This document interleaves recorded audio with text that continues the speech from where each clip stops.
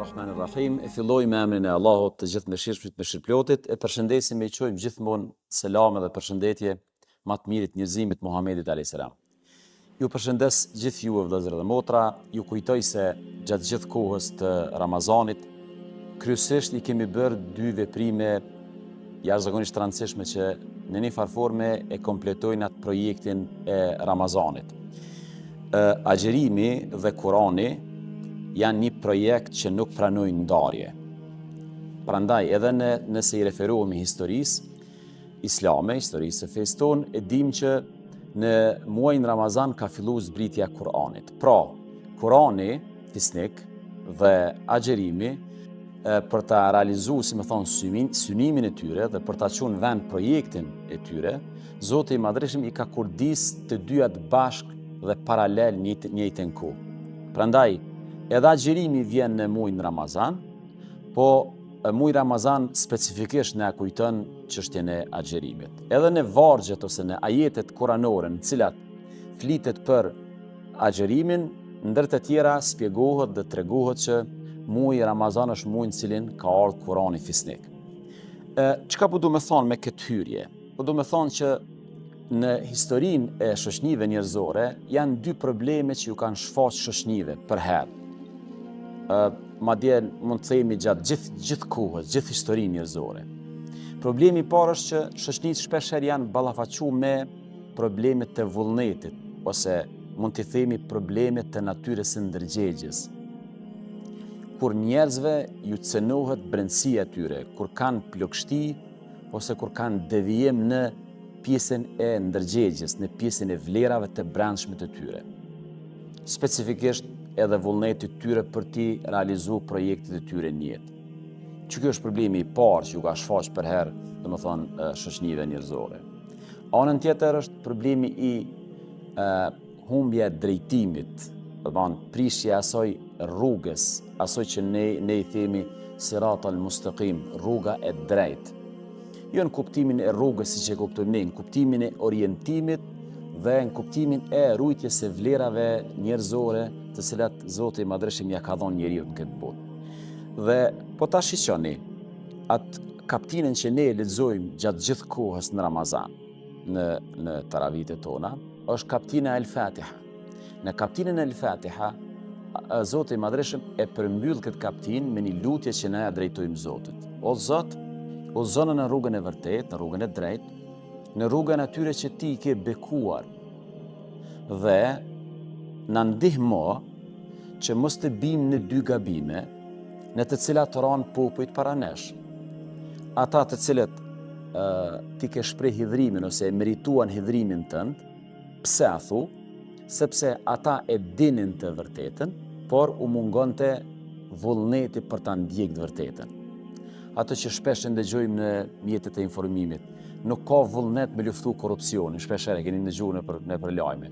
Domethënë, dihet që ka korrupsion, dihet cila rruga me luftu korrupsionin, por s'ka vullnet, shpeshherë thuhet madje s'ka vullnet politik me luftu korrupsionin. Pra, shpeshherë gjanat dihen, gjanat janë të vizatuara, janë të kristalizuara, por mungon vullneti, domethënë mungon ai shtytsi themelor për ta luftuar të keq ose për ta shtyr përpara një të mirë.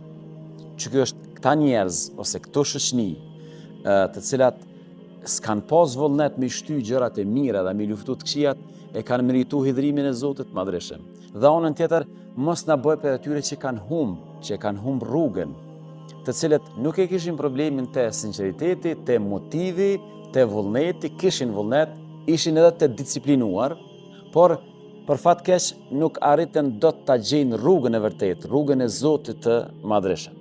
Prandaj, po ta shihni, gjatë gjithë kohës kemi agjeru, edhe po agjeroj, për ta sforcu vullnetin, për ta ngjall vullnetin, për ta, si me thonë, analizu ose zbërthy pjesën e brendshme tonën. Dhe gjithë kohën ose gjithë netët e Ramazanit jemi duke u falë. E çka bëjmë kur të falemi? Kryesisht në falje, madje ato që e bëjmë edhe me za, që e shprehim me za, është leximi i Kuranit fisnik. Pra, nëse i shihni me vëmendje, mund të themi sot që trama moderne, le të jemi konkret tash, nuk është problem veç i historive ose i shoqënive në kuptimin historik. por sot është drama moderne, problemi modern sot është se sot kemi dije pa ndërgjegje, sot shumë njerëz me dije na vrasin, me dije na shkatrojnë, nuk është se ata kanë mungesë dijes, ata kanë problem me ndërgjegjen e tyre njerëzore, dhe anën tjetër kemi ndërgjegje, kemi vullnet, por kemi humbje të rrugës, ose kemi gabim në qasje ose në rrugën ose në ndjekjen e rrugës së vërtet.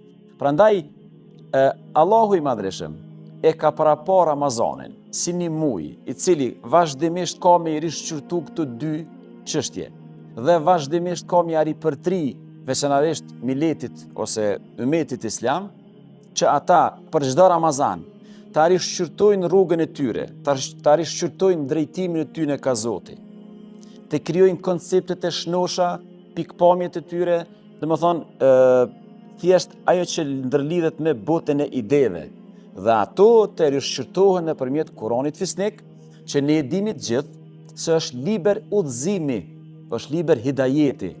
Kurani është liber dhalikel kitabul huden lil muttaqin, është liber udhëzimi, dhe anën tjetër nëpërmjet braktisjes së ushqimit, pijes, gjonave elementare të jetës, e testojmë dhe e forcojmë vetë se ne mundemi, ne kem fuqi t'ja dalim, ne mund t'i shtyjmë të gjithat mirat përpara dhe mund t'i braktisim gjithat ligat. Pra, njeriu ka vullnet, ka energji të brendshme, vetëm i duhet një besim, në këtë rast besimi i ynë ose besimin e Zotin e Madhreshëm, nëpërmjet këtij besimi arrijmë domethënë ta ngjallim brendsinë tonë, ta dhezim energjinë e brendshme. Prandaj ideja, si më thon, përmbyllse është Ramazani në ngjall vullnetin, e Ramazani në dëfton rrugën. Pa vullnet, e me dije, do të kemi aftësi teorike, por na mungon veprimi. Ndërkaq, vullnet pa dije, rrezikohemi ta humbim rrugën e vërtet. Prandaj, çka synon feja e Zotit Madhreshëm? Një njeri i cili edhe i deftohet, edhe pranon të vërtetën, por njëjtën kohë edhe ka vullnet me ndjek vërtetën. Bota nuk është në rrezik prej njerëzve të këqij. Bota është në rrezik prej njerëzve të mirë që s'bojnë gjë. Prandaj, nëse ndonjëherë ngjallet ummeti islam, i cili është në proces të ngjalljes, ka më ngjall për shkak të Ramazanit, veçanërisht kur Ramazanin e sheh pe kësaj perspektive, si një projekt i përbashkët në mes Kuranit dhe agjerimit, dhe kur këto dy elemente veprojnë bashkë tek ne, në një anë në ngjallin vullnetin, ndërgjegjen, anën tjetër në kthillin, rrugën, drejtimin, orientimin dhe kohjen ka duhet të ecim. Faleminderit shumë, e paqit një ditë të bekuar, Zoti na pranoft të gjithëve agjerimin e këtyre ditëve.